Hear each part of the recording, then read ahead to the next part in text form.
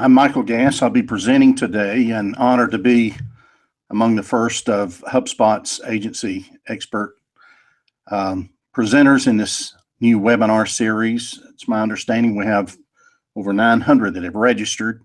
So glad that you're participating and a part of this group. I wanted to forewarn you, we've been having some terrible weather here. I'm located in the Birmingham, Alabama area.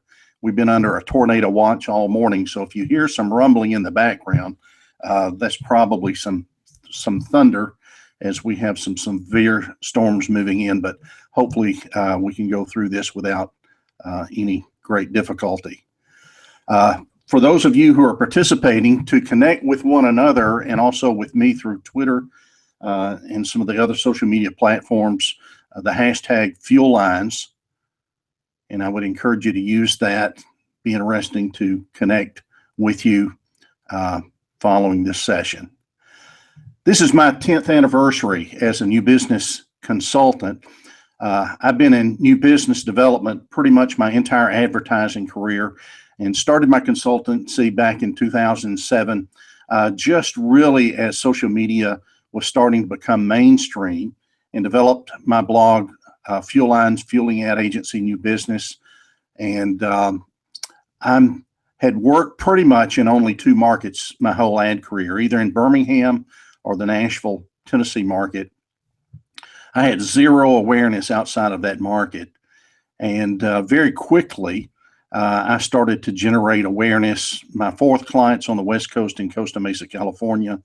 And at that point, I'm pretty much all in, developing new business through social media, using inbound marketing as a primary strategy and making that transition from more of the outbound tactics. And so I was a very early adopter, and it's been tremendous in the way that it's worked for me. I've conducted workshops like these for over 260 agencies throughout the United States, the UK, 14 other different countries, including Canada. And it's just been tremendous at how it's worked for me. And I hope to share some of those things with you today that'll be very practical that you can implement. The most dangerous job at an ad agency. This Ad Week article appeared a couple of years ago. And of course, it's business development. People who have done this job in the past are really struggling today because there's been a tremendous paradigm shift in the way that we generate new business. Instead of chasing new business, it's now all about being found. The battle for new business has moved online, and a lot of people have struggled with that. The tenure of a new business director is now 2 years or less. And then only 26% of new business directors were viewed as successful in a study that was recently done by RSW. So a very precarious position to be in. 90% of agency staff say they have to figure things out on their own due to the lack of training. There's not a lot of formal training when it comes to working at an ad agency, in particular when you're on the business development side. And a lot of those who are charged with business development are having to wear many hats, but they're having to develop their own professional enrichment program to be able to do their job. And especially with the transition that has been going on, this paradigm shift that I'd mentioned, it's just a very precarious position to be in. So I wanted to share 3 things a new business director needs for success. I'm often asked how to get started, what are the most important things to help me to be successful in my position, and I want to address those today. So the very first I would encourage you is to create a plan, and this sounds so simplistic, but you know, when it comes to marketing an agency, agencies really lose their marketing mind. And you would think this is kind of marketing 101, but a good number of agencies, when I'm working with them or I'm speaking at conferences and in seminars and ask, you know, how many of you have a written plan? It is amazing at how many don't even have a plan. So this first step is to create a plan. He who fails to plan is planning to fail, a quote by Winston Churchill. But this is so fundamental that you develop a written plan. And if it's not on your calendar, it just doesn't exist. And I would encourage you, as a way to start, would be to conduct a SWOT analysis. And if you're not familiar with that term, it's developing a report, an analysis of your agency around its strengths, identifying its weaknesses, looking at the opportunities, and then the threats. Doing the interviews, really understanding the product that your agency is producing, the services that it provides is very important. And this gives you a way to be able to start and develop a plan by really getting to know your agency, understanding the creative process, knowing who your competitors are, knowing who your primary audience is, and just those real fundamental things, but to take that information and then start developing it into an overall plan. But I would encourage you, remember the KISS principle, keep it simple, stupid. And whenever I'm developing things for agencies, programs, and training, I always keep in mind what is sustainable when we're at our busiest. So don't go wild with the plan, just a 2 or 3 page guide that you can develop, get it down on paper where you have your goals, objectives, your strategies, your tactics, all of those things that are very important, but keep it all simple because it has to be sustainable. And when I view it, I look at what is sustainable when we're at our busiest. And agencies are very bad at procrastination, and especially when it comes to their own stuff, it usually gets moved to the back burner. Agencies are their own worst clients. And so just keep the process simple. Set realistically achievable goals and objectives. And I think one of the biggest benefits of creating a plan is knowing what to do every day. So when you're starting the week, you really understand, like on this Monday, these are the things that I need to do. And you have something that will give you direction and keep you focused as you do the very same thing for the agency. Secondly, is to develop a process. And it's important that whenever you develop a plan is just a plan until it's implemented.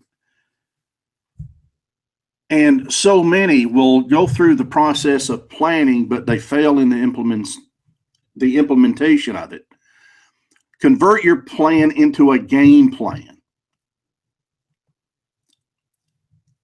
Every agency needs very detailed methods and procedures, and then you can review and revise and get better and better and better at that. So if you've got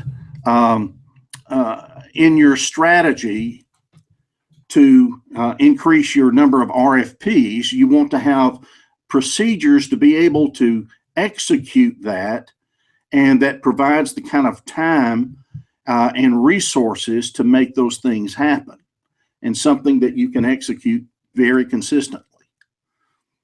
I like this quote by Mike Tyson: everybody has a plan until they're hit in the mouth. As you have developed a plan and you're executing the plan, you want to make sure that as you go, you make revisions and adjustments to it. Because as you kind of get in on the battlefield, you're working out of the trenches and things change. You need to revise as you review your plan and make those necessary adjustments And then I think this is very important. Consistency is more important than perfection. And agencies are just so inconsistent. A lot of times, new business is a detriment to new business. One of the commonalities that agencies have is that they are good at taking care of clients.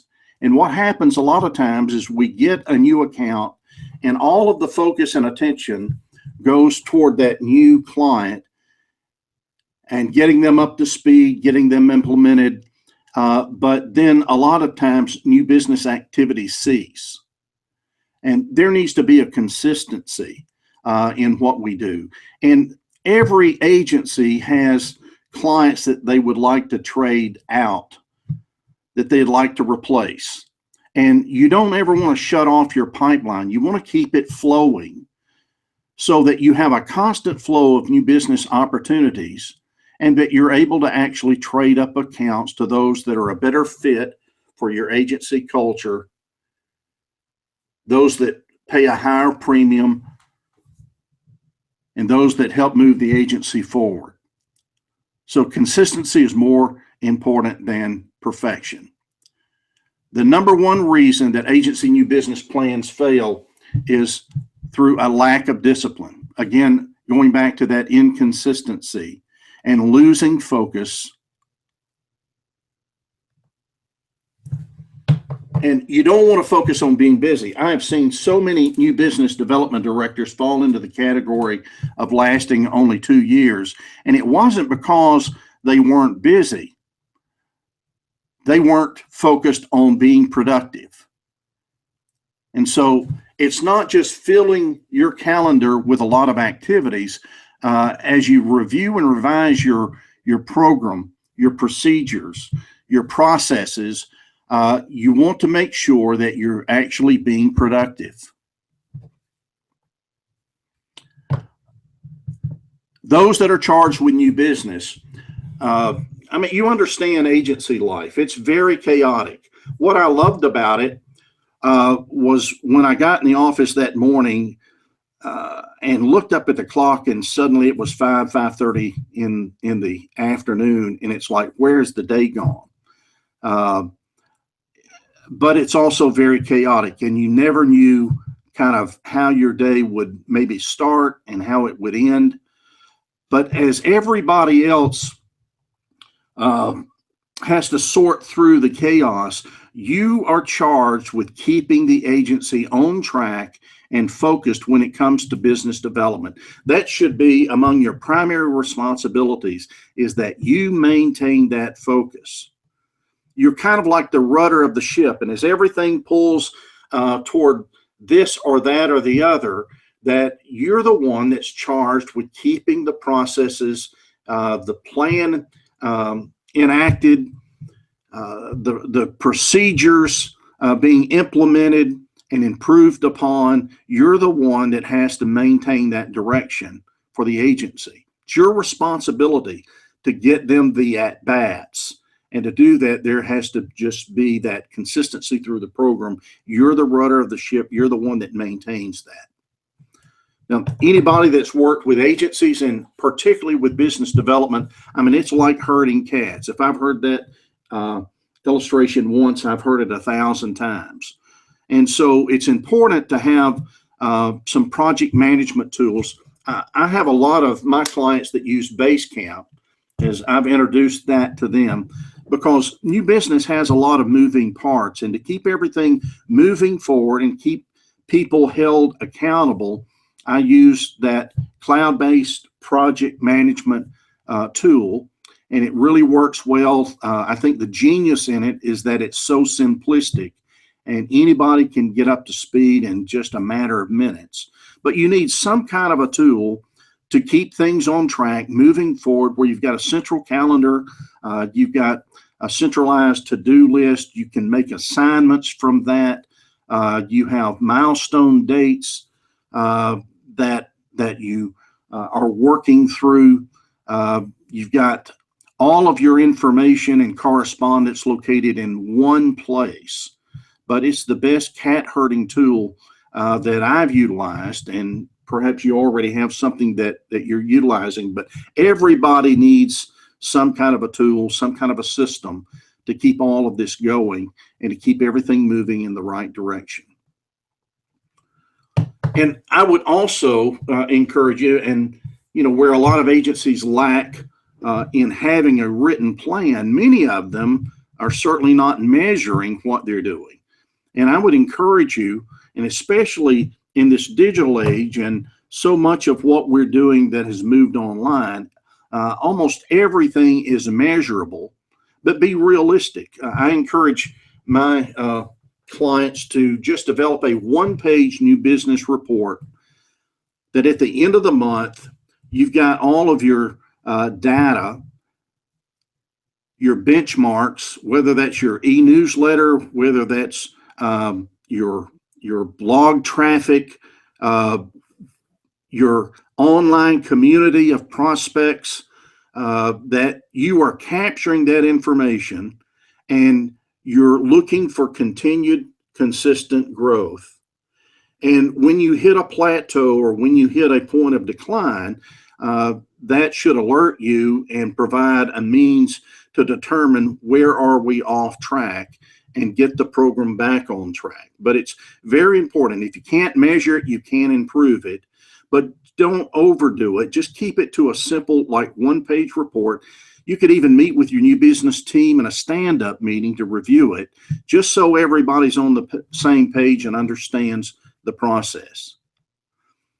The third thing that I want to talk about and spend some time in discussing is that to have success in business development, you've got to determine a positioning. And you wonder, why is it that new business is so tough for agencies? I mean, it's been historically a problem, and it continues to get worse. Why is it so tough? Why is it so difficult? Well, again, agencies are their own worst clients, but they lose their marketing minds when it comes to themselves. What they do every day for clients, they can't seem to do for themselves. And when it comes to new business, the commonality among agencies, and it doesn't matter even what part of the country or what country you're in, there are a lot of common problems when it comes to new business, and agencies just suck at it. I think the primary reason is that they have no positioning. Agencies look and sound the same. They try to promote their diverse portfolio as a sign of strength, but most prospective clients, they view it as a point of weakness. They're looking for expertise within their arena, within their category. And when agencies talk about themselves, they get into this agency speak, and they don't realize it, but they look and sound just like every other agency. And I have agencies that tell me, well, we have great creative. And I tell them, that's not a point of differentiation. That is an expectation. Or that we're strategic, or that we have great chemistry. Those things just don't resonate with a prospective client. And agencies tend to look and sound just the same. Agencies are afraid of positioning. And the reason they're afraid of positioning, when you are positioning your agency, you have to identify a primary target. And most are afraid to do that because all they can think about is missed opportunities. And so it's been this experience of mine in working with so many agencies and helping them with their positioning that there's always that fear factor. They are in this perpetual state of rebranding, and they can never quite get where they need to be because it requires some very tough business decisions. And all that's on their mind is, if I identify with this target, I'm going to miss all of these other opportunities. And so they never quite can come to grips and with a direction in regards to their positioning. A lack of positioning, which is the foundation of new business. Positioning is how you go to market. It's what you do and who you do it for. And the lack of positioning makes new business harder, much harder than it should be. How to solve the problem of positioning. I mean, this has been one of the things as a consultant that I've had to work with. And in the very beginning, I mean, I was working with so many agencies that were struggling with their positioning. It was so problematic. And even their websites, I mean, they were in this perpetual state of redesigning their website and couldn't quite get it where it needed to be. So in working with them, in helping them to develop a presence in social media, we started to create a blog that lived offsite because, you know, they could never quite get their website where it needed to be. And if we waited for them to do that, we could never get the blog going. Like one client of mine, as agencies tend to do, they tend to overcreate and make the process so painful when it comes to things that are a reflection of the agency that they do for themselves. It took one agency 3 months just to design the header for the blog. And so we started to create a niche blog that lived offsite. And we usually built it around the agency owner or owners. And part of the reasoning for that was the owner or owners were the least likely persons to leave. And when you think about the branding of the agency, it is really their vision. It's the culture that they have created. And so it's a natural extension as you personalize and socialize the agency that you build it around that agency owner from a very practical point of view. So creating a platform for new business is really a key in solving the problem with positioning. And when I started my consultancy, I was told that I needed to be just a marketing consultant. And that's not what I'd been preaching. That's not what I'd been practicing throughout my career. But I had so many that were afraid that if I was a consultant to small to mid-sized agencies on business development, that it wouldn't be long before my kids were on welfare. But it's been just the opposite. I was able to create an awareness and a presence by being so targeted very early on. It was like it was time for me to step up to the plate and to practice what I'd been preaching. So I heavily identified with my primary target audience. I still generate business from secondary audiences such as digital agencies, media agencies, and PR firms. But it was the ability to create a presence very quickly and a positioning of expertise that led to my success. And this is also how it's worked for my clients. To kind of give you an idea of how this works, it's almost like a fishing expedition. This doesn't have to interfere with the way your agency has currently generated business. And most small to mid-sized agencies, the primary way that they're generating new business is through networking and referrals. Most of the time, that is going to be with companies within their market, because there's really no reason for them, for a company to want to do business with your agency outside of your market if you look and sound like everybody else. It makes no practical sense. But this allows us to do a fishing expedition to where we're going to fish for a specific fish with a particular bait. We're going to get the bait away from the boat so we don't scare off the fish. It allows us to concentrate on a primary target audience and be much more narrowly niched than an agency has ever dreamed possible. And the reason for this, since it lives off-site, there's no risk involved. And it also creates no confusion. And current clients don't even realize that this blog exists because maybe it's not within their category. It's not anything that would be of interest to them, but you're focusing in on a primary target and heavily identifying with them and providing resources and helps creating content that is of value.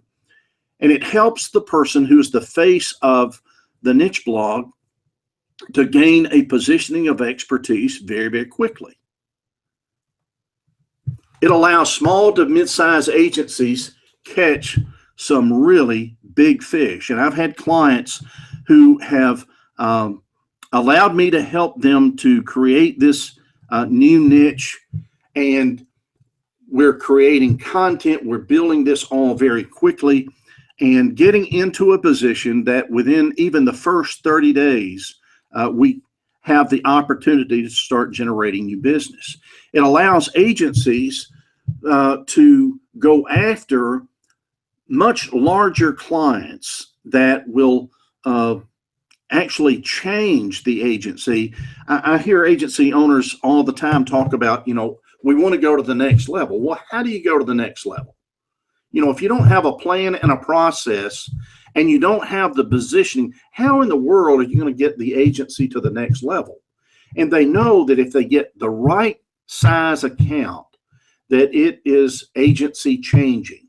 Well, this is a way to be able to fish for some really big fish around a positioning that has been gleaned through gaining a positioning of expertise in developing content that is specific to that particular audience. So it becomes the central hub, the strategy for this new positioning. It's almost like you have your own focus group. Again, there's no risk involved, and you have the opportunity to get better and better with the messaging and with the engagement and with building an online community of prospects. I'm going to give you an example. This is an agency in Bethlehem, Pennsylvania, the old steel town outside of Philadelphia, Lehigh Mining and Navigation. And very typical as far as the clientele. I think they've got a bank. They have a healthcare client. A very diverse portfolio, which most small agencies have. And when I was doing my new business workshop with them and doing a tour of the agency, I noticed there were a lot of guitars, musical instruments on the wall. Found that the two partners loved music. They were in a band.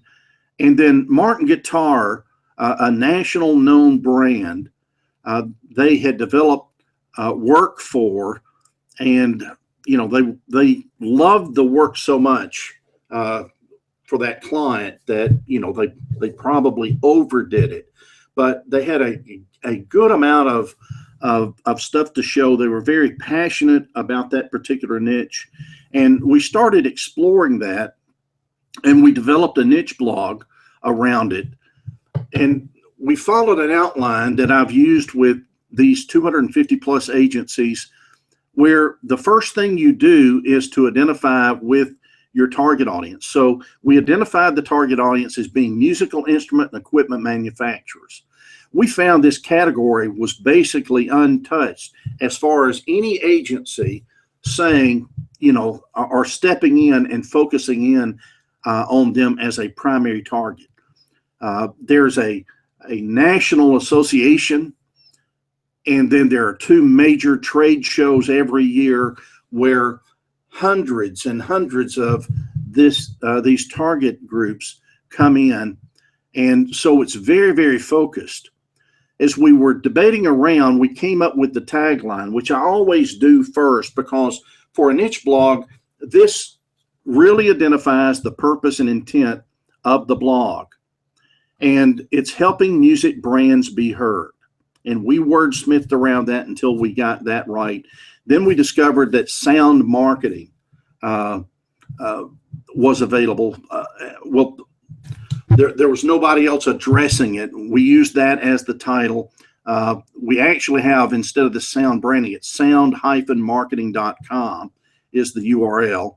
And then we use music brands in almost every post title to identify the content with the audience.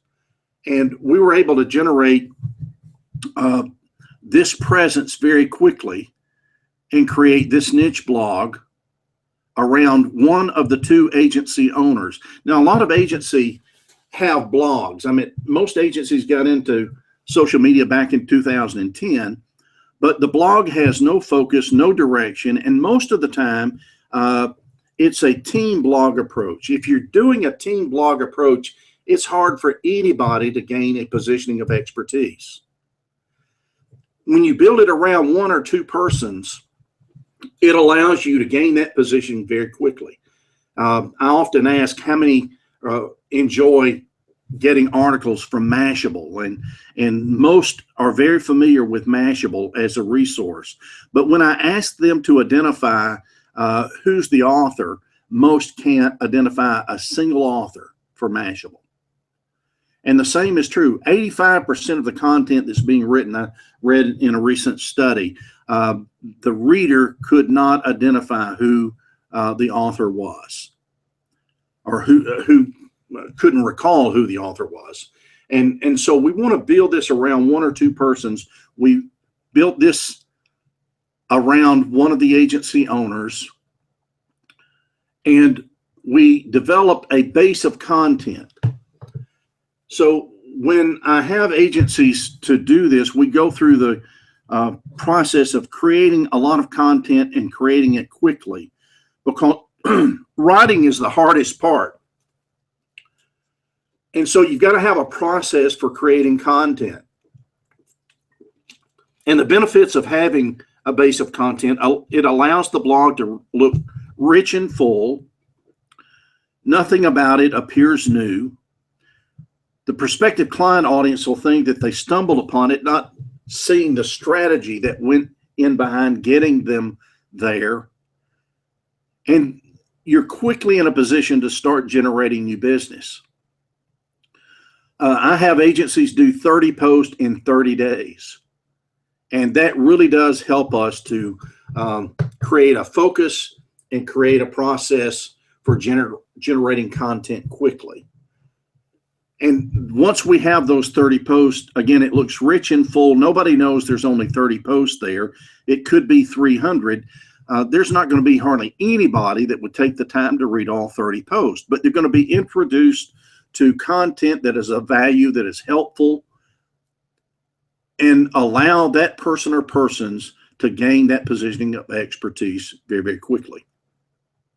You've got to remember, social media is about people connecting with other people. When agencies get into the social media arena, the reason they're not having much success, they're trying to lead with the brick and mortar of the agency. Nobody cares about your agency at that juncture. And it's hard to socialize the agency. Social media is more about people making connections with other people. And so as we develop this process, Dennis A. Miller is who we're building this presence around. We're using his personal social media accounts. So his personal Twitter account, his personal LinkedIn account. We're using Dennis's, even his personal Facebook account, because this allows us to make an emotional connection to the audience. One of the great things with this is that in just a very short period of time, as this small agency in Bethlehem, Pennsylvania, had gotten on the radar of the owner of PV, an international brand of musical equipment manufacturing. And then Dennis has been invited to their headquarters and has met with them, and looks like they're going to generate this as their first big piece of business with an international brand. PV would not have had any interest in Lehigh Mining and Navigation if they were been leading with the agency and they were trolling for new business and making cold calls and using interrupted type tactics to try to get some attention. It was this deep positioning of expertise that we were able to develop this opportunity in a very, very quick manner. And this helps to solve that problem with positioning. When I talk with Dennis, just a couple more clients like this, they're willing to change the name of the agency from Lehigh Mining and Navigation to Sound Marketing, which makes a lot of sense. And then they're willing to be all in this particular arena because it makes new business easier when you have a very specific target audience that you're building awareness around and building a community of prospects. What are prospects looking for? I'm asked that all the time. And really what prospects are looking for is expertise. And they want a deep expertise, and they want a deep expertise usually within their category. They don't want anybody to get up to speed or someone who doesn't know more about their business than they do. They want somebody that really understands them and can help move their brand forward. And this is what creates those kind of opportunities. This is what prospects are looking for, and this is how to do that quickly. And it helps to solve the problem with positioning without having to be all in. Or I've got even some larger agencies, they only not only have one niche blog, now they have three, and each one's built around another owner or owners or someone who has a vested interest in the agency that's the least likely person to leave. But they can develop that expertise very quickly. And like the Barkley agency in Kansas City, they now have three niche blogs, one for quick service restaurants. They have another that is totally different that focuses in on CPG companies. And then the third, they found an early entrance when they got into millennial marketing, one of the early adopters of that particular focus. And they own millennialmarketing.com. So they have three niche blogs, able to fish in three different ponds for some very large accounts.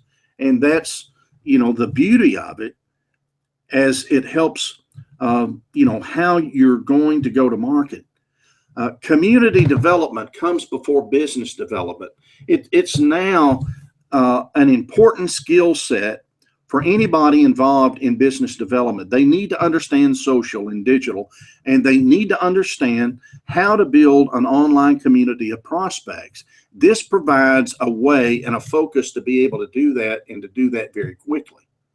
And so, it's very important that they understand how this works and how to develop those prospects. Like we've got specific tools and tactics that we utilize to build up Dennis's prospects around the musical equipment and instrument manufacturers. But we've got a focus to be able to do that. And we've got a way to be able to do that through Twitter. We've got various tactics that we can do that through his LinkedIn account that generates connections, also through his Facebook account. And to grow that community and to grow it quickly, we're able to develop an email database of prospects around that particular target and consistently send out an email newsletter. But you've got to understand, in this paradigm shift, instead of chasing new business, it's all about being found. Then how are you found? It's like in 2015, almost everybody jumps on the content marketing bandwagon, and everybody's creating content. And it becomes much more difficult to break in to search and to rank higher and higher in search, because you've got such a pool of generic content that's floating out there that really doesn't have a lot of value. But when you're creating content to a very specific audience, it helps you to develop that awareness and develop very, very quickly. The role, I think, of a new business development person at a small to mid-sized agency has really changed. It's not having that golden Rolodex. If you've got an agency owner that's been in a particular market for 25 years and you just come on staff and you have the title, of a business director, I mean, you're the sales guy. And you're the person that's selling the agency. If you're trying to do all of that on your own, you do this around an agency owner or owners, and you're actually behind the scenes and doing the business development, helping with the positioning, making all of this happen. You're the one that has established the plan and the procedures and the practices for the implementation. You're the one that keeps the focus. You're the rudder of the ship. And you're like that conductor that makes sure that everybody's doing their part and your new business program is harmonious, progressive, and moving forward. And when you understand the battle for new business, I mean, it's moved online. And it's not just you sending out an email blast and making those kind of connections. A lot of times you're orchestrating those connections on behalf of the agency owner or owners who are the face of the agency, should be the face of the agency, and who provide that emotional connection. And you'll find that new business becomes much, much easier, much more focused, and much more consistent than you've seen in the past. We can't cover everything in 40, 45 minutes. So I've got an outline that provides a clear direction on kind of how to get started. This could be an outline for your plan. There are strategies and tactics involved in this guide on 7 steps for fueling new business through social media. If you'll email me at michaelgass.com, michael@michaelgass.com, I'd be glad to provide you a copy. And if you've got any questions, please feel free to let me know. And I try to reserve some time. I know that we probably have those who have questions in regards to this, and I'm glad to take those at this time. Hannah? Okay. Hey, everybody. I'm Hannah. I'm on the agency partner marketing team here at HubSpot. So first, just want to say thanks for kicking off our series, Michael. This has been a really awesome session. And I hope everybody who is on the call right now has gotten a lot of really great tips and tricks from it. So we did have a couple questions come in.